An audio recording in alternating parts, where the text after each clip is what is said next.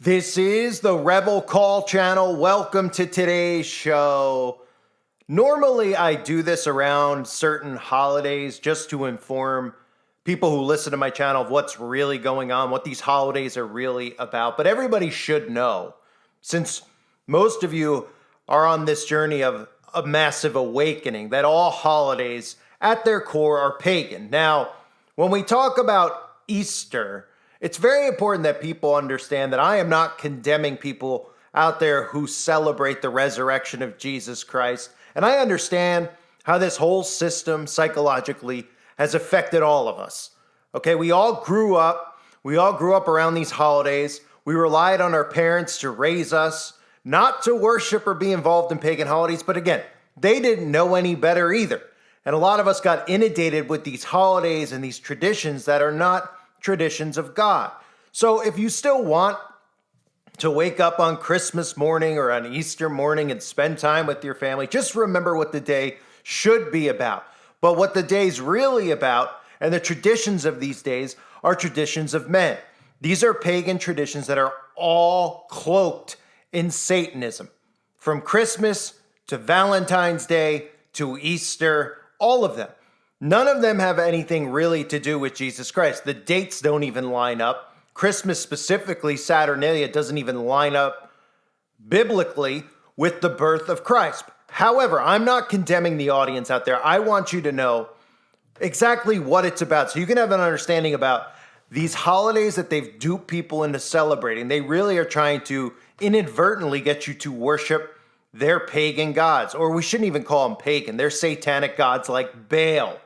Okay, and usually around these holidays, I cover these topics because I always gain momentum and gain new subscribers so I could educate them on things like the pagan traditions, as well as signs and symbols, human sacrifice, because that's really what revolves around these holidays. Now, again, if you're somebody out there, they get so defensive. This is part of the mechanism that's been ingrained in humans. They've really realized how to maximize the worst in human behavior through the things that they're integrating in their day-to-day lives. And now we're seeing humans so enhanced to be so defensive of everything. It's very hard for them to wrap their heads around this stuff. So again, I just want to make it clear, I'm not condemning anyone.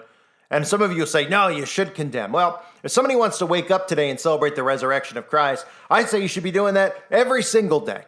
So if today's a day you set aside with your children to celebrate it, to educate them on the Bible, go ahead and do that. But just understand all the other crap, all the other stuff from Easter eggs, which might seem cute, which might seem fun for your friends to post pictures all over Instagram of this stuff. It's all cloaked in pagan tradition. So let's start with the real meaning of Easter. Easter is the celebration of Ishtar. That's right, Ishtar, Easter Ishtar, who is an Assyrian and Babylonian goddess of fertility and sex. Okay, her symbols are the egg and the bunny. And these are obviously the symbols that we all see that are marketed to us on Easter. And again, the reason that a lot of these pagan holidays, the solstices, have become normalized with Christianity goes back to Constantine and pretty much the merging of pagan traditions with celebrating Christian holidays, right? Or what we look at as Christian days of celebration or days of observance, right? So Easter is based off of Ishtar, okay? And the reason that it's placed where it is because during the Easter time period, the celebration ritual, these people would engage in what they call orgies. So they would all get together. And this is stuff that they still do to this day. They do it all the time. But they engage in these massive orgies. Okay, and what would happen during these is these witches and these Satanists, because that's what they really are, would impregnate these women. So that 9 months from that time period, because if you look at a calendar, 9 months later is Saturnalia, is more time of worship for Baal. So the purpose of the holiday was so that these women in these covens could get impregnated and then 9 months later commit the ultimate sacrifice to Baal on Christmas. That is the whole purpose of the holidays, why they line up the way that they do. Now, if we go back to Ishtar and who Ishtar is Ishtar is a manifestation. Ishtar's other names go by Asherah, as well as Ashtoreth and Astarte. Okay, so when we look up, well, who is Asherah? Asherah in paganism, or in the practice of the occult, really, was believed to be Baal's mother. Okay, so she was believed to be Baal's mother. So Ishtar, really, if you wrap it up in a nutshell, is really viewed as the mother of Baal. So when we look at this entire holiday, this entire fabrication of what we're supposed to believe is really a celebration of the resurrection of Christ, which is what it should be, you have to remember a lot of verses in the Bible that condemn Baal worship. And of course, we know the wicked worship Baal. In Jeremiah chapter 19, verse 5, they have built also the high places of Baal to burn their sons with fire, to burn offerings unto Baal, which I commanded not, nor spoke it, neither came it into my mind.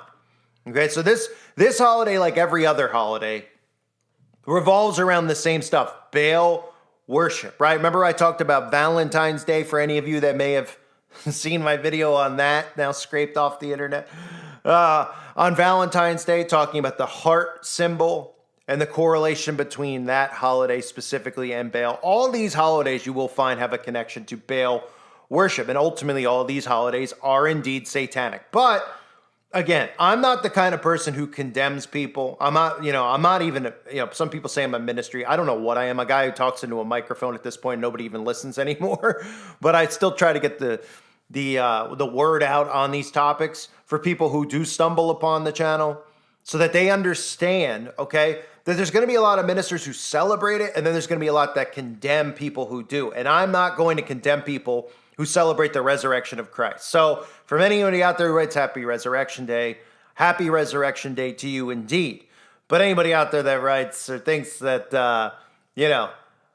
I'm going to go sit on the Easter Bunny's lap this year, well, you're mistaken. But I'm sure some of you, obviously, unfortunately, have been duped into some of these traditions because, again, we all grew up pretty much the same. No matter what time period you're from, whether you're in your 60s, 50s, 40s, 30s, 20s at this point, okay, these are all things that we've been accustomed to, right? Our parents raised us around these holidays.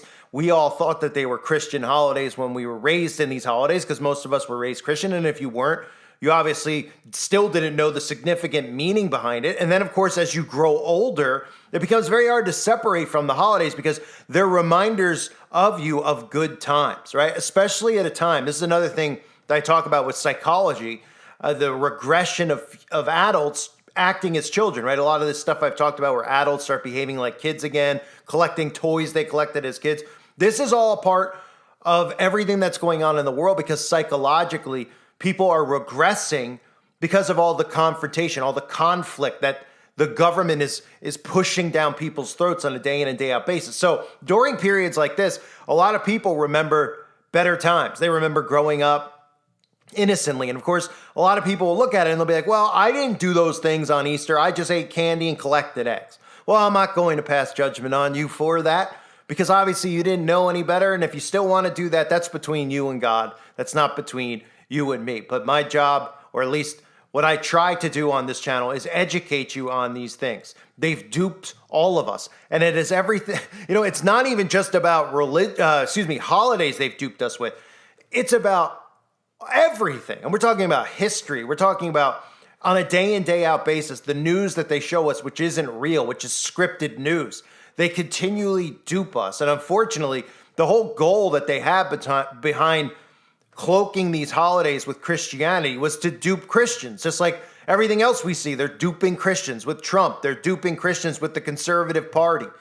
That's what it's about. It's a war on Christianity. The Bible tells us that. That's why, again, the only thing they ever talk about, the only religion, so to speak, that they question, the only God that they go after is the King of Kings. You never hear them mention anyone other than Jesus Christ because, of course, that would be considered hate speech. But for Christianity, it's perfectly fine because that's the only threat to them. The only threat to Satan is the only one who could actually save souls, and that is Jesus Christ. So I just wanted to do a video out there so people had an understanding of what the holiday's about. Ishtar is really what the holiday is celebrated. This is what they celebrate, is Ishtar, who is Ashira. Okay, and what they do on this holiday is they have massive orgies and they impregnate one another, which is something that they do on a regular basis, like a scene out of Rosemary's Baby, so to speak. And then around 9 months from now, falls Saturnalia, where they do the actual sacrifice offering to Baal. Okay, and again, Ashira, who is Ishtar, is also the mother of Baal. Those are the keynotes to remember. But again, no judgment passed on anyone who's celebrating the resurrection of our King.